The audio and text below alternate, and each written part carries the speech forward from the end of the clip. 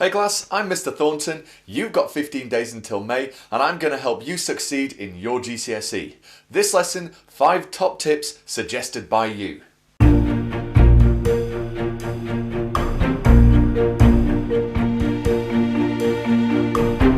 Nikhil Shah suggested using checklists. At the start of the day, make a short list of the things which you need to get done that day, and then as you go through the day, tick them off. It can be surprisingly satisfying to tick things off knowing that you've done a good job. Used in conjunction with your revision timetable, this is a simple but excellent way to keep track of what you're doing. So thanks for that, Nikhil. Culture B123 suggested an idea she says she heard of from Marty Lobdell, the idea of a study lamp. What you do is you have a lamp in the area where you study, like a desk lamp, and when you start to study you switch it on. When it's time for a break or when you finish studying you switch it back off again, and over time you start to subconsciously associate that lamp being on with the act of studying, and it helps to focus what you're doing. This can be a simple but useful addition to your revision environment, and I'm told it has been tested scientifically in the US on students and been shown to raise their grades, so it's worth a try. In my video on exam equipment, I suggested you wear a watch to those exams so that you can keep a track of how much time you have remaining.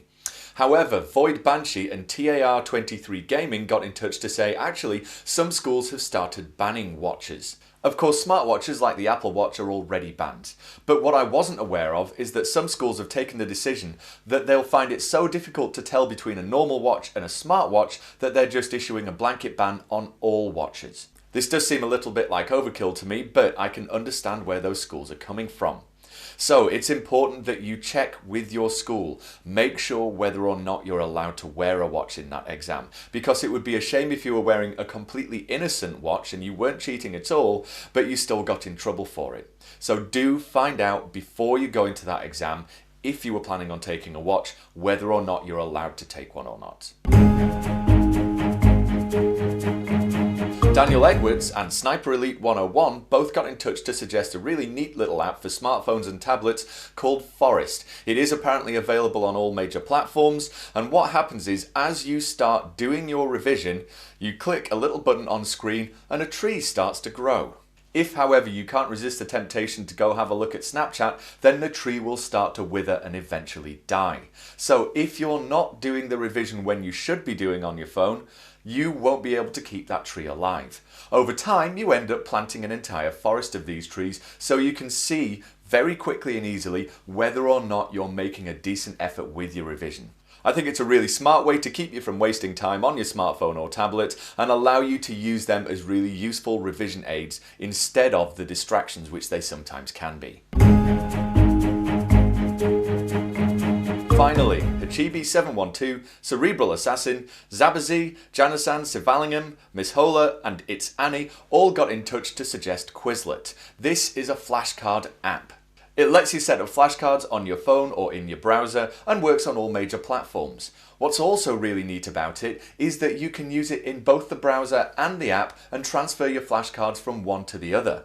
Another really neat feature is that you can also use other people's flashcards. Of course, there's a lot of other people revising, and so there are other sets of flashcards which have already been set up, so you can get started really quickly.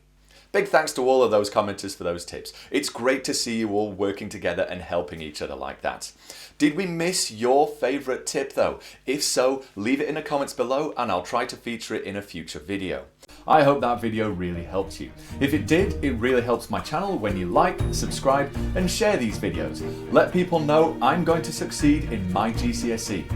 All the links and info for this video are in the description, and please let me know what you thought in the comments or on Twitter at Mr. Thornton UK, or use the hashtag #SucceedInMyGCSE. There are loads more GCSE science videos on my channel too. Here's another one which YouTube thinks you might find useful.